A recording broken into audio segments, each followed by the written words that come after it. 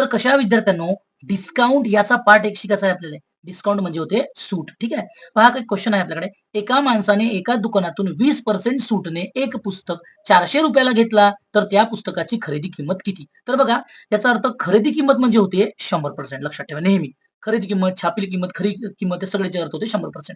आणि या माणसानं त्या 100% मधून 20% सूट दिलं नसेल का नाही, आणि सूटचा अर्थ होते वजाबाकी. काय राहील मग बघा 80%. बरोबर का नाही? आणि हेच 80% त्यानं विकलं.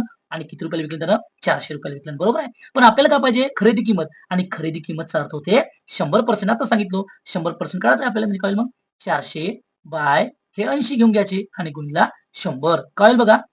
एक शून्य दुसरा शून्य कटल. काय राहिलं मग? 40 म्हणजे हा एक शून्य 400 गुणीला 10 बाय 8. ठीक आहे. मग काय होईल? 8 एक 8, 8 पंचे 40. काय भेटलं बघा मग?